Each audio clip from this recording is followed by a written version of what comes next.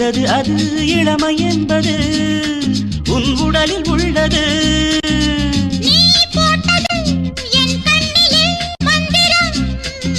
நான் பார்த்தது அழகின் ஆலயம்.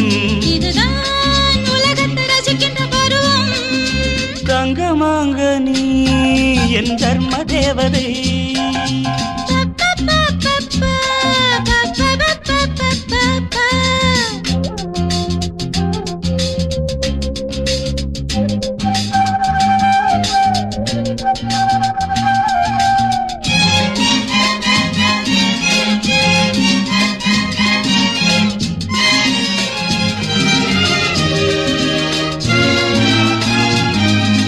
நவமணி ரதம் நடைபெறும் விதம்